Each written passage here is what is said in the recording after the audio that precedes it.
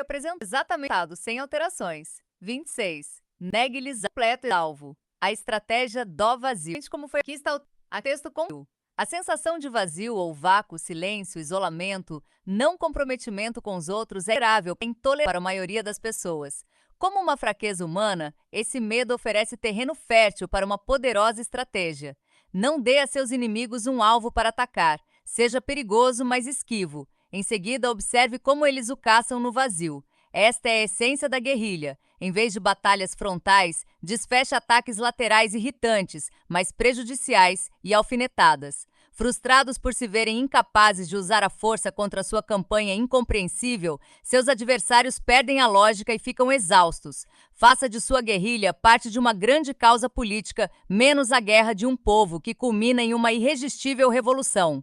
2.6. Negue-lhes alvo. A estratégia do vazio. A sensação de vazio ou vácuo, silêncio, isolamento, não comprometimento com os outros é intolerável para a maioria das pessoas. Como uma fraqueza humana, esse medo oferece terreno fértil para uma poderosa estratégia. Não dê a seus inimigos um alvo para atacar. Seja perigoso, mas esquivo. Em seguida, observe como eles o caçam no vazio. Esta é a essência da guerrilha. Em vez de batalhas frontais, desfeche ataques laterais irritantes, mas prejudiciais e alfinetadas. Frustrados por se verem incapazes de usar a força contra sua campanha incompreensível, seus adversários perdem a lógica e ficam exaustos. Faça de sua guerrilha parte de uma grande causa política, menos a guerra, de um povo que culmina em uma irresistível revolução. 382 Estratégia 26. O fascínio do vazio. Em 1807, Napoleão Bonaparte, da França, e o czar Alexandre I, da Rússia, assinaram um tratado de aliança. Agora, as duas grandes potências militares da época estavam unidas, mas este tratado não agradou à corte russa. Entre outras coisas, ele dava a Napoleão quase que rédea livre na Polônia, tradicional propriedade particular da Rússia. Os aristocratas russos esforçaram-se para influenciar o czar a repudiá-lo. Não demorou muito, e Alexandre começava a tomar atitudes que ele sabia que iriam desagradar os franceses. E em agosto de 1811, Napoleão deu um basta. Estava na hora de ensinar uma lição aos russos. Ele começou a traçar planos para uma invasão.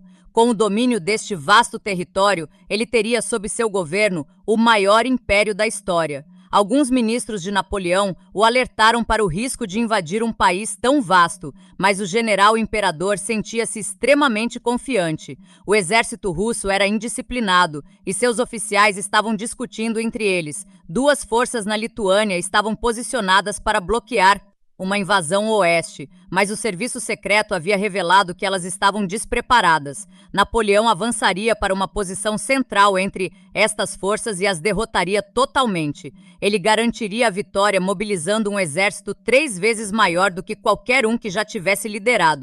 650 mil homens marchariam para a Rússia, 450 mil como parte da principal força de ataque, o resto para garantir linhas de comunicação e suprimentos. Com um exército desse tamanho, ele poderia dominar até os grandes espaços russos, derrotando o frágil inimigo não só com suas usuais manobras brilhantes, como com seu superior poder de fogo. Napoleão pode ter tido certeza da vitória, mas não era um homem imprudente. Como sempre, ele estudou a situação de todos os ângulos. Ele sabia, por exemplo, que as estradas russas eram notoriamente ruins, os suprimentos locais de comida escassos, o clima tendia a extremos de calor e de frio, e as vastas distâncias faziam com que fosse muito mais difícil cercar o inimigo. Sempre havia espaço para recuar. Ele leu sobre a fracassada invasão da Rússia pelo rei da Suécia, Carlos X, em 1709, e previu que os russos poderiam reverter a uma política de terra arrasada. Seu exército teria de ser autossuficiente ao máximo, mas devido a seu tamanho, isso exigiria planejamento e organização incríveis. Para ajudar a abastecer seu exército, Napoleão mandou encher de trigo e arroz imensos armazéns próximos às fronteiras da Rússia. Ele sabia que ia ser impossível providenciar forragem para os 150 mil cavalos de seu exército, e assim, pensando com antecedência, decidiu que teriam de aguardar até junho para invadir, quando as relvas das planícies russas estariam verdes e suculentas. No último minuto, ele soube que a Rússia possuía pouquíssimos moinhos para transformar grãos em farinha. Então, acrescentou à sua crescente lista a necessidade de trazer material para a estratégia 26.383, construírem moinhos ao longo do caminho. Com os problemas logísticos solucionados e sua usual estratégia bem arquitetada à mão, Napoleão disse a seus ministros que previa a vitória total dentro de 3 meses. No passado, estas previsões de Napoleão tinham sido incrivelmente corretas. Em junho de 1812, a vasta armada de homens e suprimentos de Napoleão entrou na Rússia. Napoleão sempre planejava pensando no inesperado, mas desta vez dificuldades incontroláveis começaram a se acumular quase que de imediato. Chuva, estradas ruins e o intenso calor do verão transformavam os movimentos do exército em um lento rastejar. Em poucos dias, mais de 10.000 cavalos comeram relva rançosa e morreram. Os suprimentos não estavam chegando às tropas de avanço com rapidez suficiente e elas tinham de recorrer a pilhagens, mas os camponeses russos, pouco cooperativos ao longo da marcha, não só se recusavam a vender sua comida a qualquer preço, como preferiam tocar fogo em seu feno a deixar que os franceses o pegassem. Mais cavalos franceses morreram quando, forçados a se alimentar com o sapê dos telhados das casas, viam as casas ruírem sobre eles. Os 2 exércitos russos na Lituânia recuavam rápido demais para serem apanhados, e conforme prosseguiam, queimavam plantações e destruíam todos os depósitos de alimentos. A dissenteria espalhou-se rapidamente pelas tropas francesas. Cerca de 900 homens morriam a cada dia. Em seu esforço para capturar e destruir pelo menos uma parte deste inimigo arredio, Napoleão era constrangido a marchar cada vez mais para o leste. Em determinados pontos, ele chegava angustiantemente próximo do exército que estava mais ao norte, mas seus homens e cavalos, exaustos, não podiam se mover com a rapidez suficiente para enfrentá-lo ou cercá-lo, e o adversário escapava todas as vezes com facilidade de suas armadilhas.